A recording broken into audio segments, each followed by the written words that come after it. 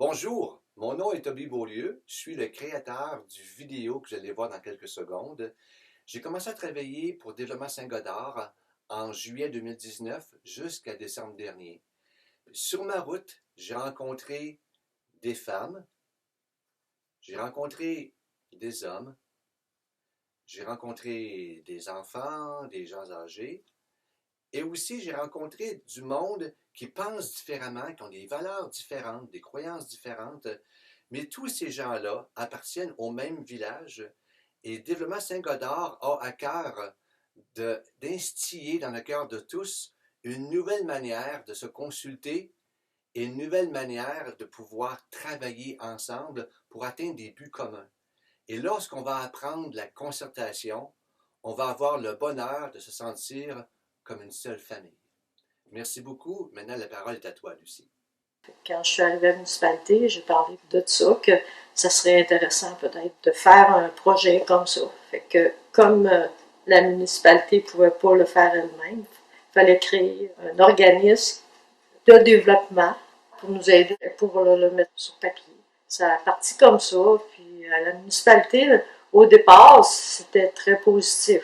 Puis c'était la façon indirectement pour la municipalité de faire du développement aussi. J'aimerais savoir comment t'es venue l'idée de la halte lacustre. Ça s'est fait comme indirectement. Le camping de Lejeune est devenu privé. La population de Lejeune n'avait plus accès au lac pour la baignade, pour le camping, c'était privé. Ça fait que, à un moment donné, ma fille m'a invitée à aller pique-niquer sur le bord du lac, mais on était obligé de passer au travers du bois, puis il n'y avait aucun sentier, il n'y avait rien, pour aller au lac, parce qu'on ne pouvait pas aller au camping parce que c'était privé. Fait que, on voulait aller se baigner et pique-niquer. Fait que là, on est arrivé sur le bord du lac, puis je disais, ce serait le fun, hein, s'il y aurait des sentiers, s'il y aurait des tables à pique-nique, puis les familles pourraient se réunir, puis se baigner en famille.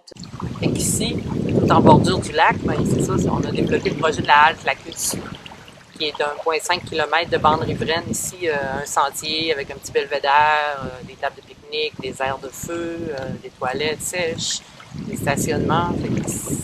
C'est gratuit, les gens viennent ici, puis ils ont accès au lac. Puis, ben c'est ça, dès 2008, je me suis impliquée, entre autres parce que le lac, c'est quelque chose qui me tient à cœur. C'est pour ça que je me suis enracinée dans le territoire, entre autres à cause du Grand Lac Squatec. Je me suis impliquée pour ce projet-là dès 2008, quand on a créé un organisme qui s'appelle Développement Saint-Godard pour développer le projet d'Halte Lacus. Puis, en 2010, ben, ça a donné que moi, j'ai travaillé dans beaucoup d'aménagements, entre autres du Sentier national, dans ZECON, la signalisation, différentes choses sur le territoire, des projets similaires. Fait que j'avais l'expertise pour faire le sentier, aménager les sites avec les tables de pique-nique, tout avec. C'était plus facile qu'on mette les tables sur l'eau, sur les canaux, pour aller les porter. Faire un catamaran, finalement, avec la table. Oui. Mais entre autres, on a une expertise ici. Quand je disais qu'on a travaillé sur plusieurs projets avant de travailler sur celui-ci, on a développé des refuges aussi, comme Développement Saint-Godard est propriétaire de 2 de ces refuges-là maintenant. Puis les refuges, quand on les a bâtis, bien, il y a un refuge, entre autres, qu'on a mis toute la charpente sur 4 canots attachés ensemble. 4 gars, 4 coins, puis on a monté jusqu'à la tête du lac avec la charpente. Une méchante rumba, ça? Bien, c'est des beaux moments. C'est ça qui fait que ça devient un travail collectif, puis que les gens apprécient, tu sais, de faire quelque chose sur ton territoire en groupe, en personne, des personnes responsables, des personnes créatives, des personnes qui ont envie de le faire. On fait venir de l'argent dans notre région. On apporte un apport économique dans une petite municipalité où les gens vont consommer, mais pas consommer pour consommer, mais consommer santé, avec toute la préoccupation écologique au travers de ça.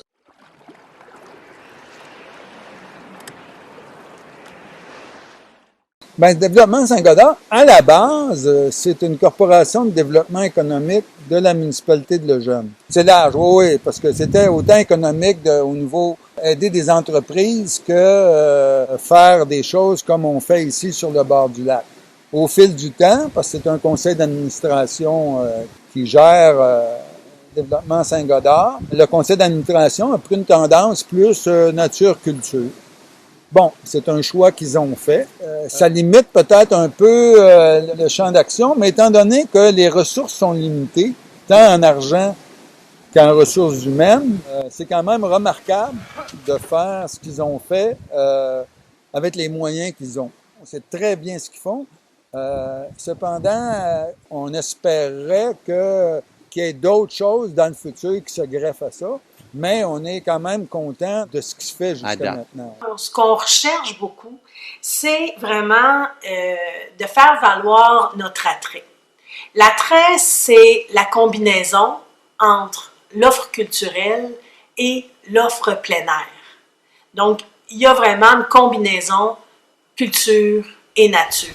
Alors, les deux combinés ensemble égale la qualité de vie. Exactement. Donc, et ce qu'on recherche au niveau de la qualité de vie, quand les gens arrivent, il y a toutes sortes de visées, mais on a des fins de contemplation, d'observation, d'évasion, d'exploration et surtout de permettre une certaine aventure aux personnes qui arrivent sur le site. Oui, mais d'une place, tu sais, complètement tripante, puis le fun, puis accueillante. C'est vraiment le fun. Moi, je connais pas personne, mais je suis rentrée ici, je fais « Wow! » Puis là, l'environnement, le cercle, on a l'impression d'entrer dans un monde onirique, puis c'est hyper accueillant, c'est hyper chaleureux, puis je trouve que les gens sont vraiment sympathiques. Donc, entre autres, à la Pyrrole, on a une programmation qui est culturelle, qui est diversifiée et souvent alternative. On essaie de présenter autant des artistes locaux que d'ailleurs. Et ce qu'on veut fournir à la population, c'est une expérience. C'est de vivre quelque chose de nouveau. Tu sais, la population est confrontée à une innovation, dans le fond, par rapport à la culture. C'est un élément intéressant et important pour démarquer le jeune des autres municipalités. Il y a très peu d'autres municipalités qui ont un accès gratuit comme ça au lac, qui ont le genre d'activités qui sont offertes ici. Il y en a très peu. Donc, dans ce sens-là, oui, Développement Saint-Godard agit comme un outil attractif, si on veut, pour amener les gens ici. Une relation d'amour. Ça faisait plusieurs années que je cherchais un endroit où est-ce qu'il y avait une communauté qui était vivante.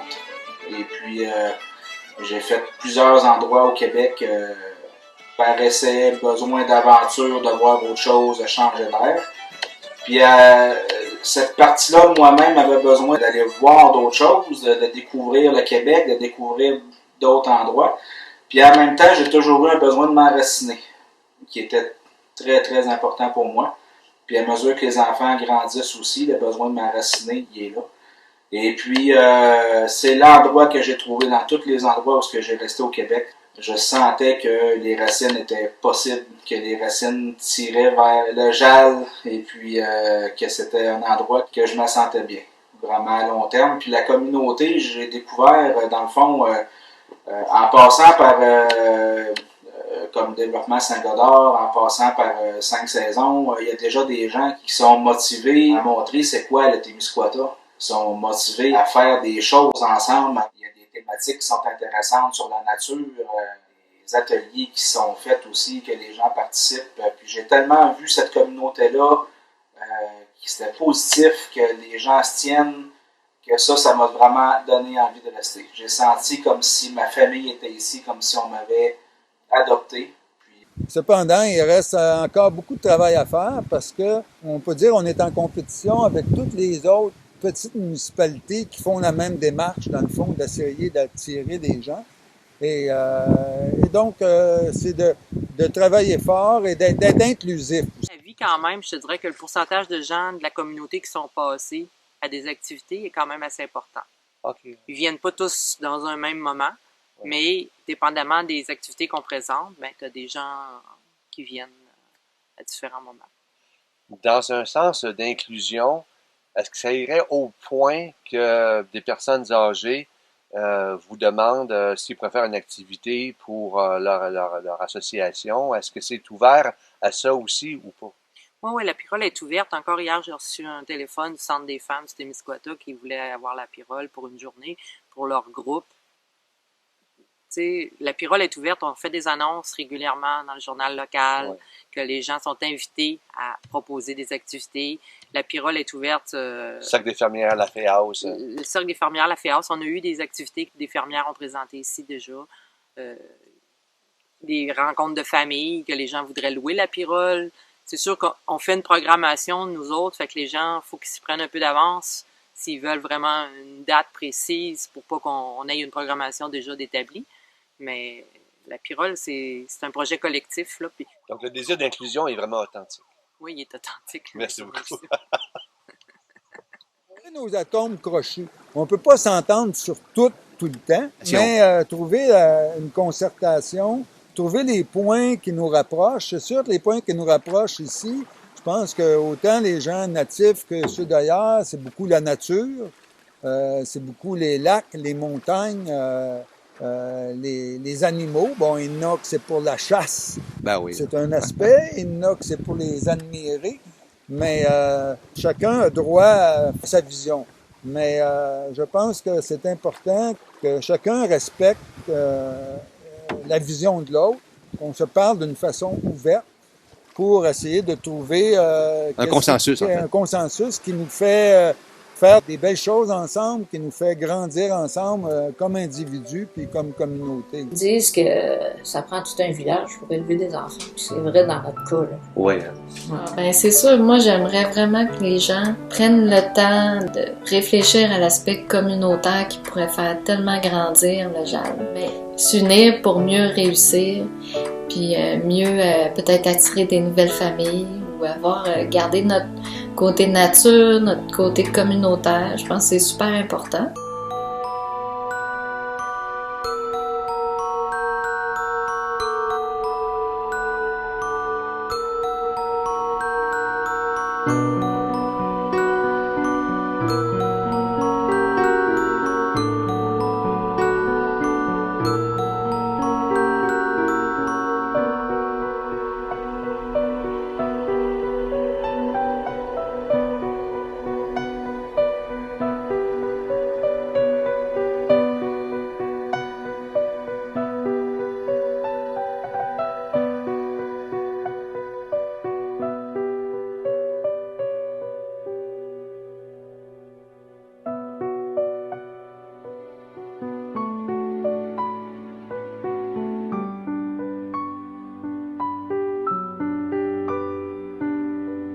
Elle n'a pas lâché le morceau, hein? Non.